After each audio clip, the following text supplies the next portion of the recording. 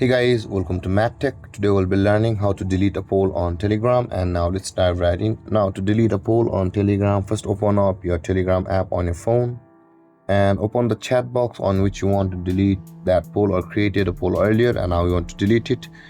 And you can see guys, I had made a poll earlier. Now in order to delete that poll guys, tap and hold on that poll message like this, and this kind of interface will appear where you can see the dumpster icon appear at the top right corner of the screen. Tap on the dumpster icon or the delete icon and this kind of message will pop out where you can see here it says, are you sure you want to delete this message, and also delete for all members. Tap on it if you want that poll to be deleted for every member, and tap on the delete button over here, and then that poll on your Telegram chat will be deleted.